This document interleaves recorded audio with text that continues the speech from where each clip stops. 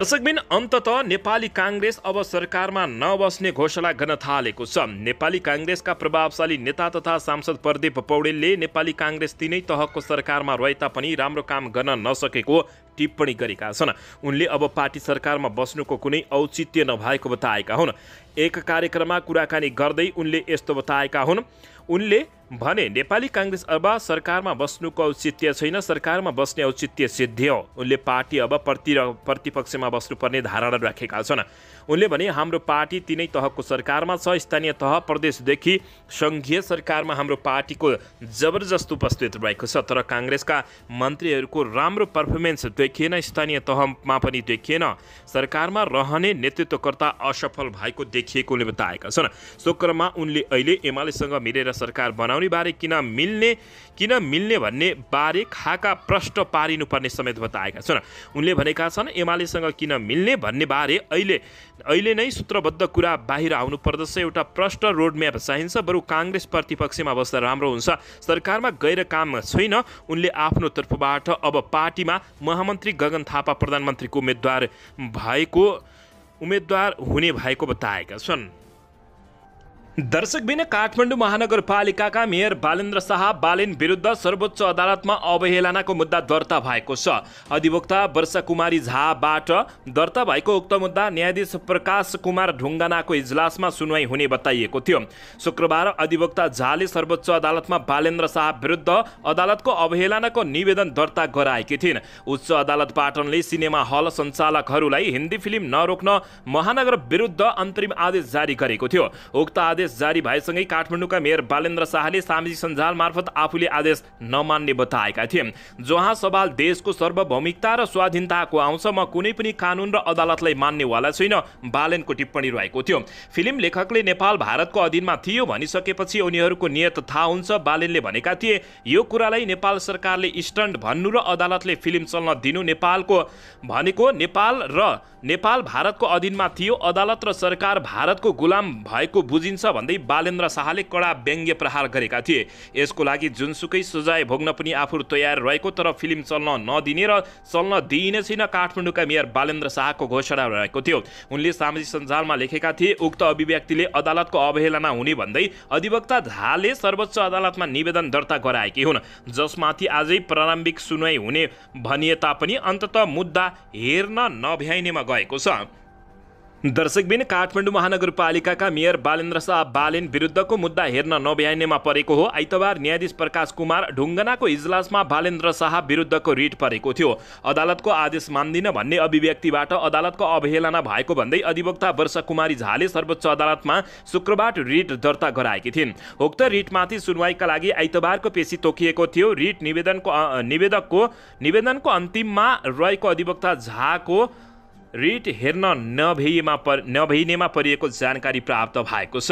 दर्शक महानुभावहरू, काठमाडौँका मेयर बालेन्द्र शाहलाई अदालतले कस्तो सजाय सुन्नुपर्छ, कस्तो फैसला हुनुपर्छ, तपाईँहरूले यसबारे काठमाडौँका मेयर बालेन्द्र शाहको अभिव्यक्तिको र स्ट्यान्ड कस्तो छ प्रतिक्रिया दिन नभुल्नुहोला। दर्शक महानुभावहरू, यसैबीच यता काठमाडौँ महानगरपालिकाले रु 25 अर्ब 54 करोडको बजेट लिएको छ। काठमाडौँ महानगरपालिकाले आगामी आर्थिक वर्ष 2080-81 का लागि रु 25 अर्ब 54 करोड रुपियाँ 78 लाख 20 हजारको बजेट विनियोजन गरेको छ। आज राष्ट्रिय सभागृहमा उपप्रमुख एवं बजेट तथा कार्यक्रम तर्जुमा समितिका संयोजक सुनिता डङ्गोलले सार्वजनिक गरेको बजेटमा चालुतर्फ रु 8 अर्ब 61 करोड 53 लाख 28 हजार र पुँजीगत तर्फ रु 16 अर्ब 93 करोड 24 लाख 92 हजार रुपियाँ बजेट विनियोजन गरिएको जानकारी प्राप्त भएको छ। यसैबीच काठमाडौँ महानगरपालिकाले चालु आर्थिक वर्षका लागि रु 25 अर्ब 41 करोड 96 लाख 97 हजारको बजेट विनियोजन गरेको बताइएको छ।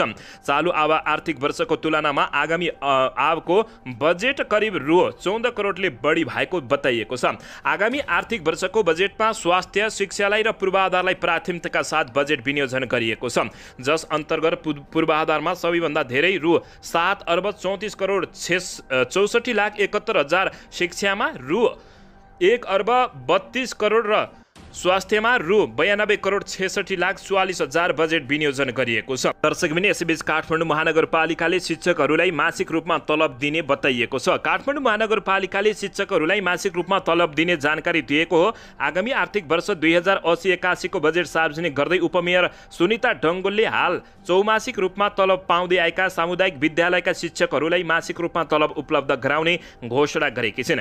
महानगरपालिकाका सामुदायिक विद्यालयहरूका शिक्षकहरूलाई मासिक रूपमा तलब दिनका लागि काठमाडौँ महानगरपालिकाले 30 करोडको शोध भर्ना कोष खडा गरेको समेत जानकारी प्राप्त भएको छ।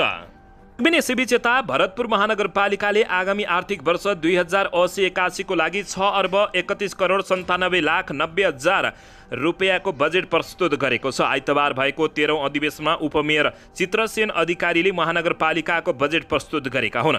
महानगरले आगामी वर्ष आन्तरिक आय 1,75 करोड हुने प्रक्षेपण गरेको छ।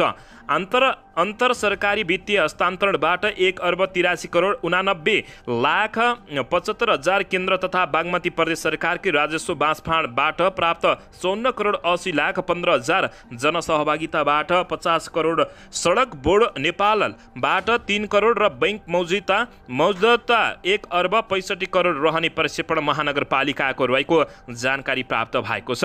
दर्शक महानुभावहरू यसैबीच कृषिमा 7 करोड समेत बजेट छुट्याउने भरतपुर महानगरपालिकाले जानकारी दिएको छ। दर्शक महानुभावहरू यसैबीच आज देशभरका स्थानीय तहहरूले बजेट सार्वजनिक गरेका छन्। स्थानीय तहहरूले आज बजेट सार्वजनिक गरेका हुन्। काठमाडौँ महानगरपालिका सहित देशभरका स्थानीय तहहरूले आगामी आर्थिक वर्ष 2080-81 का लागि आज बजेट सार्वजनिक गरेका हुन्। यता दर्शक महानुभावहरू तिलोत्तमा नगरपालिकाले 2,73,84,00,000 बजेट सार्वजनिक गरेको छ भने विराटनगर महानगरपालिकाको बजेट 3,28,00,00,000 रुपियाँ रहेको छ। दर्शकबिन यसैबीच आउनुहोस् अर्को समाचारतर्फ लागौँ। उपप्रधान तथा गृहमन्त्री नारायण काजी श्रेष्ठले यति ओम्नी सुरक्षण मुद्रा लगायतका प्रकरणमा भ्रष्टाचार अनियमितता देखिए कोही कसै नेताहरूलाई पनि उन्मुक्ति नदिने घोषणा गरेका छन्। प्रतिनिधि सभाको आइतबारको बैठकमा गृह मन्त्रालयसँग सम्बन्धित प्रश्नको जवाब दिँदै गृहमन्त्री नारायण काजी श्रेष्ठले तथ्य प्रमाण र अनुसन्धानले देखाए कारबाहीको दायरामा ल्याउने बताएका छन्। नक्कली हुटानी शरणार्थी प्रकरण जस्तै यति ओम्नी सेक्युरिटी प्रिन्टिङ प्रेस सम्बन्धी धेरै काण्डहरू छन्। त्यो बारेमा गृह मन्त्रालयको ध्यान कता गएको छ कि छैन, फेरि मिलोमत्तोमा ढिसमिस हुन्छ कि, काङ्ग्रेस सांसद रामहरि खतिवडाले बताएका छन्। जवाबमा गृहमन्त्री नारायण काजी श्रेष्ठले छुट नहुने बताएका हुन्। अरू प्रकरणबारे पनि छानबिन हुन्छ किन हुँदैन भन्ने छ। तथ्य प्रमाण अनुसन्धानले देखाए अनुसार अनियमितता छ, भ्रष्टाचार छ भने कसैलाई पनि छुट हुँदैन, कुनै पनि प्रकरणलाई पनि छुट दिन हुँदैन भन्ने हामीलाई लागेको उनले बताएका छन्। नेपाल ट्रस्टको अधीनमा रहेको गोकर्ण फरेस्ट रिसोर्ट यति समूहलाई भाडामा लगाउँदा अनियमितताको आशंका गरिएको थियो। त्यति बेला नेपाल ट्रस्टको संरक्षक तत्कालीन रक्षा मन्त्री ईश्वर पोखरेल रहेका थिए। एमालेका ईश्वर पोखरेल रहेको अवस्थामा त्यस्तै सुरक्षण मुद्रण छपाईको उपकरण खरिदमा 70 करोड मोलमलाई गरिएको अडियो बाहिरिएपछि तत्कालीन सञ्चार तथा सूचना प्रविधि मन्त्री गोकुल प्रसाद बाजकोटाले राजीनामा नै दिनु परेको थियो।